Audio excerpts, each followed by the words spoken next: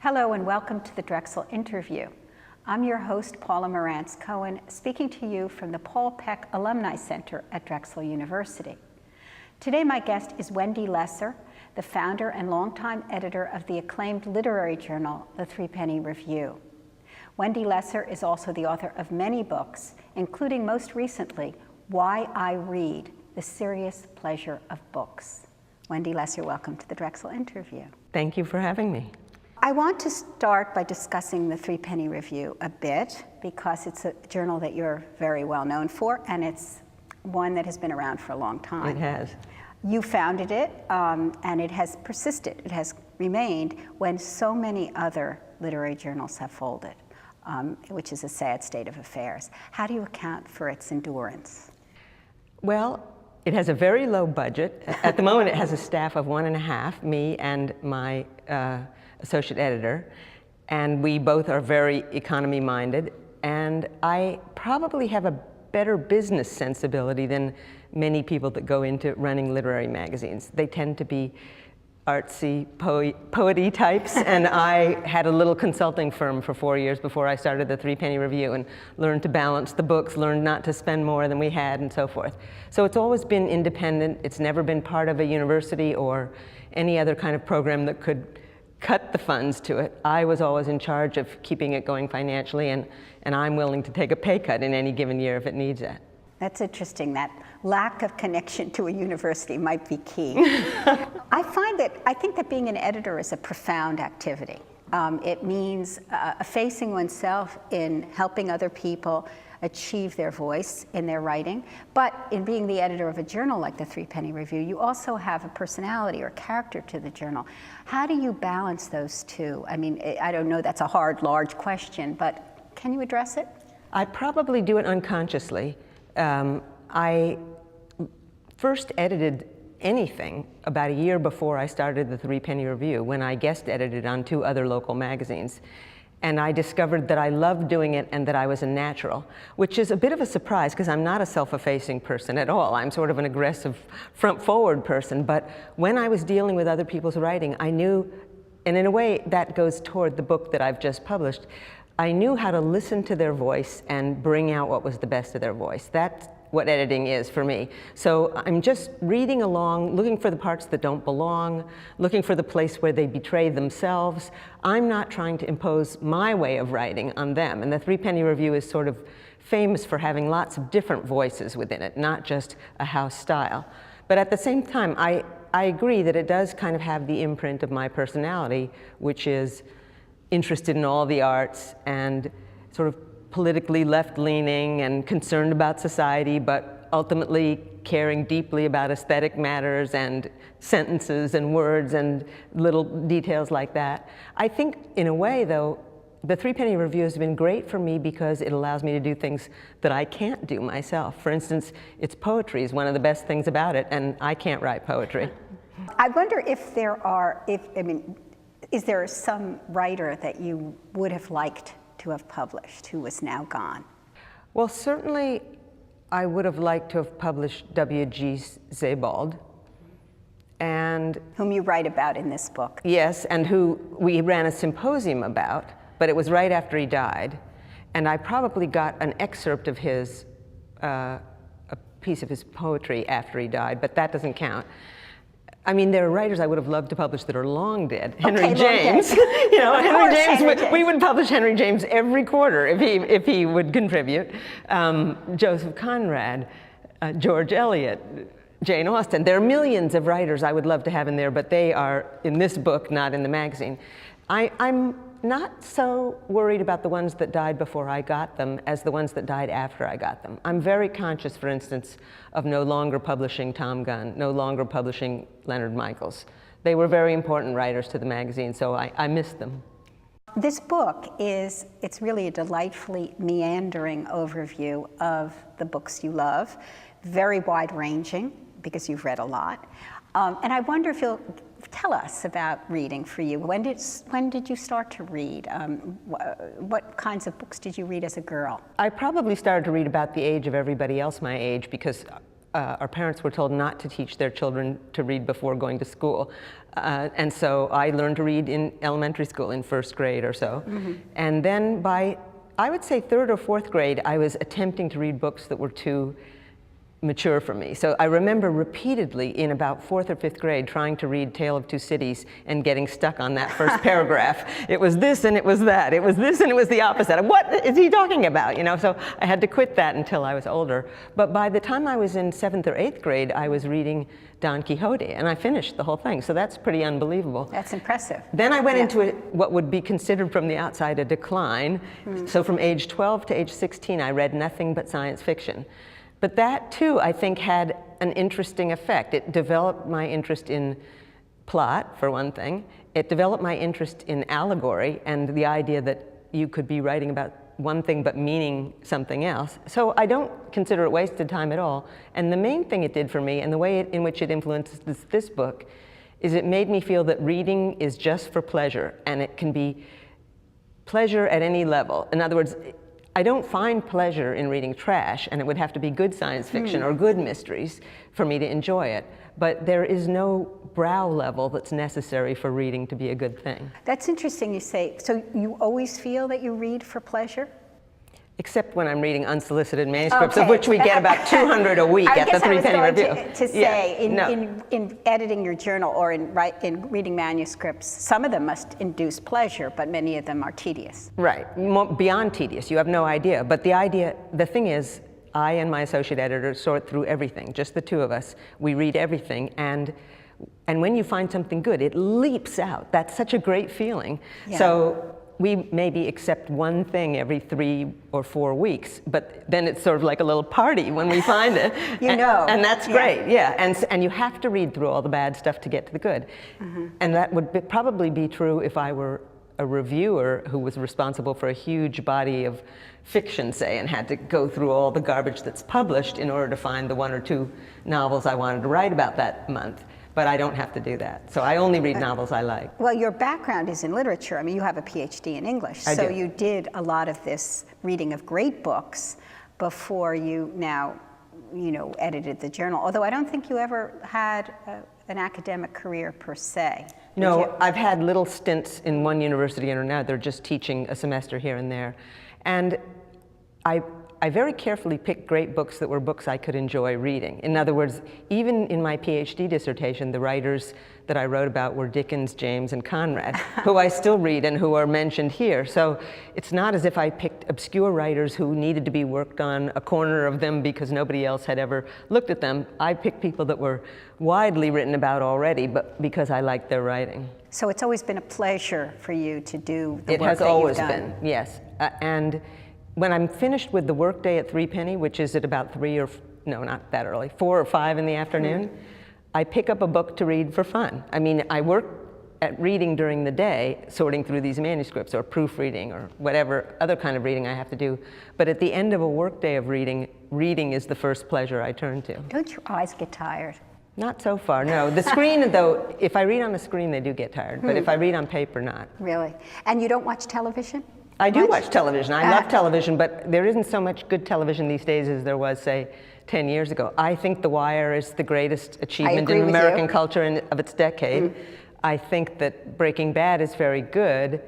And then there are other serials that I watch that are not American. There's a great French one that's translated Spiral. It's called Engrenage. Yes. And there's a good Danish one called The Protectors. And there are a lot of other good TV shows, and I'm always asking other people what I should be watching, but I don't watch it on the TV these days because I can't stand commercials, and I don't want to pay the high HBO prices, so I wait till things come out in disc. Can you see these series, if not replacing literature, coming to be equivalent in some ways to literature? Yes. As more and more good writers go into writing them. I think that, other people point to The Sopranos. I thought the first season of The Sopranos was great, but then it went downhill. But The Wire, which was conceived as 5 seasons always and had its shape to begin with, but then developed, I'm sure, ramifications as the actors did things with the characters. That is the equivalent of a Dickensian novel that appears serially. I mean, I think it is our modern day equivalent of a Dickensian novel, which is not to say that nobody should be writing Dickensian novels anymore. The two can coexist. Yes. Unfortunately, though, more people watch The Wire than are reading Dickens Yes, nowadays. but as the editor of a tiny literary magazine, I don't think numbers are that important. Right, I agree with you. I was fascinated by the chapter headings in this book, and I'm just going to read them out and have you tell us a little bit about your choices here. Character and plot, the space between, novelty, authority, grandeur and intimacy, elsewhere, inclusions, and then afterward, the book as physical object.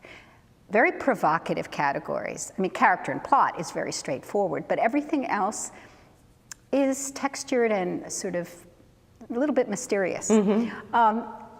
Could you address why you chose to divide the book into these divisions? Well, first of all, as I say somewhere in the first section, the Why I Read prologue, it's not meant to be an inclusive book, and there were no subjects that had to be covered in it. It's not a textbook. It's not something that is meant to cover the whole realm of literature. So it was only up to me to pick the things that I thought were important. And I knew from the beginning that I wanted to talk about character and plot. I originally had them in two separate chapters. A friend of mine read a draft, and he said, well, I don't get all this stuff about you and I, the author and the reader, all this poetry, what's this doing here? And I thought, he's right, that doesn't belong in the character or the plot chapter. And I lifted it all out and made it into the space between, which was not an idea I had had originally, but that my friend's criticism gave me the idea for. And then I realized that character and plot could be bunched together, as I always said they should be, but I'd had them separate. Yeah. So those were transformed in the course of writing. Authority, I knew from the beginning I wanted to have a chapter called that, because for me, that is the note that I listen to when I'm reading unsolicited manuscripts, and it's also the note that I listen for when I'm picking up a novel that's just been published and I'm deciding if I want to finish it. It's my code word to myself as to what is that thing in literature that persuades me to keep going. The author's authority. It's so funny you say that, because I had extracted authority as I feel exactly the same way. And you know it when you hear it. Exactly. And it's that sureness on the page of the author. And it makes it very easy to know from the first paragraph if something is going to be worth reading further. And then there can be falterings farther along, much farther along, but it's a very useful guide.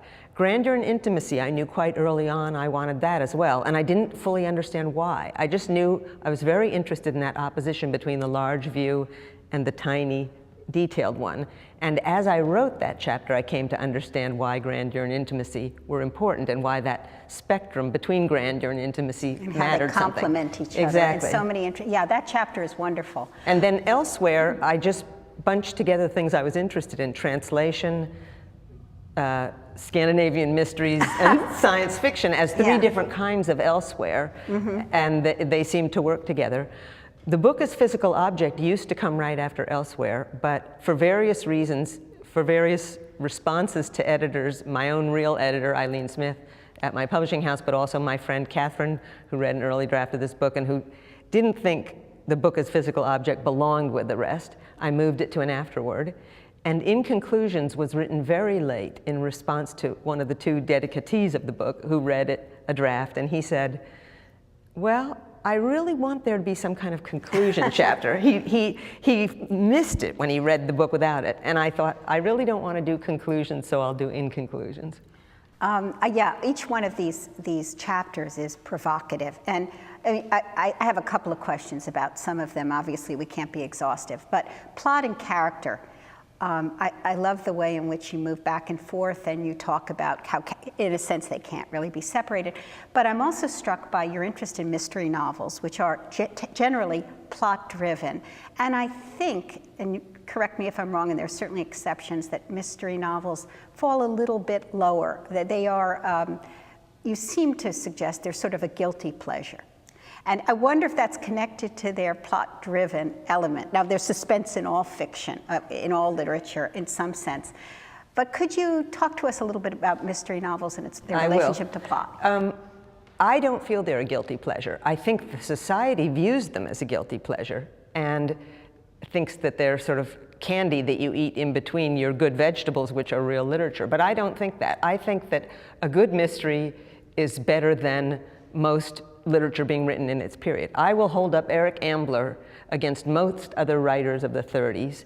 I will hold up Perualu and Mai Shoal, his wife, against most other Scandinavian writers of the 1960s and 70s. In other words, I think that interesting things are being done with the mystery form that have to do not only with plot, but with, as I say in here, with society and with politics and with the relationship of the individual to his or her culture. That the regular old personal novel that's focused on family life and the individual psyche has trouble doing. Also, in your Elsewhere chapter, as you mentioned, you deal with translation, and that's sort of a hot area right now, translation theory and that sort of thing. And I wonder if you'll talk a little bit, you talk about reading, for example, I guess, In Search of Lost Time in various translations, or at least starting to read it in different.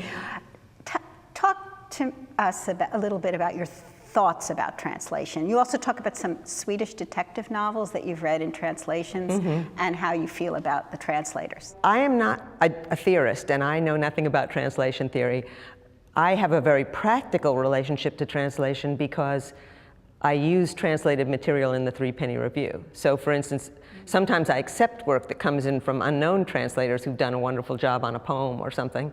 But more often, I use the translations that are given to me by Margaret Jal Costa, who is the primary translator of Javier Marias. She was the primary translator of Jose Saramago, and she has other writers she regularly does. And she finds writing for me, and I have compared her translations of, say, Marias with other ones, and it's just amazing what difference the translator makes. And I do know some Spanish, so that helps me understand how powerful and interesting a translator is. In the case of the Swedish mysteries, what I valued about the translators was that they disappeared. I mean, I couldn't tell the difference. There were 3 translators translating Henning Mankell's Kurt Wallander novels, and I couldn't tell the difference. It's amazing. Yeah. That's terrific, because those novels are written in, as I understand it, in a sort of transparent voice, and the translators managed it. People read for different reasons and with a different sense of pleasure at different ages.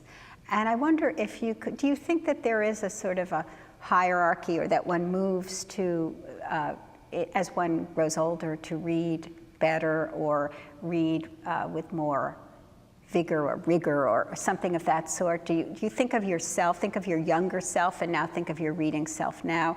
How would you explain the difference from then to now? Not hierarchical, not moving from trash to good writing or immaturity to maturity, but certainly different qualities.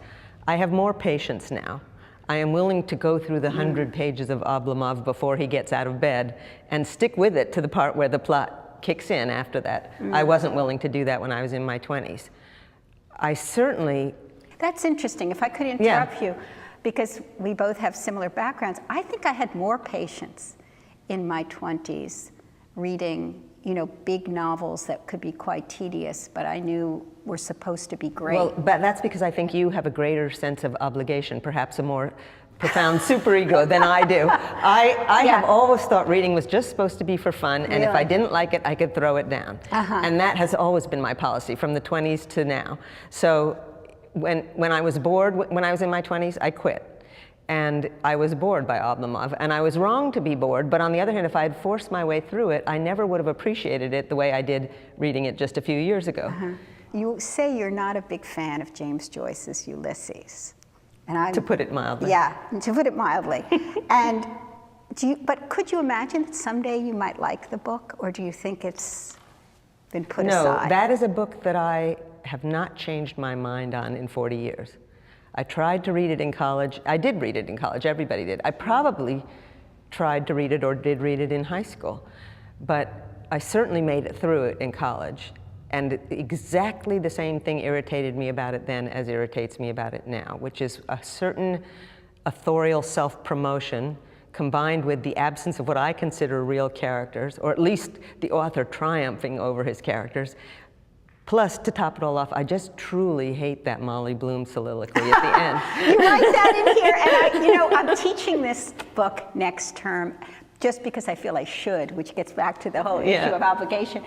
And your writing that gave me, I guess, made me feel that actually that is an irritating And I have run across, soliloquy. Since I admitted that this is one of the great non-admitted opinions, that Ulysses is not so great.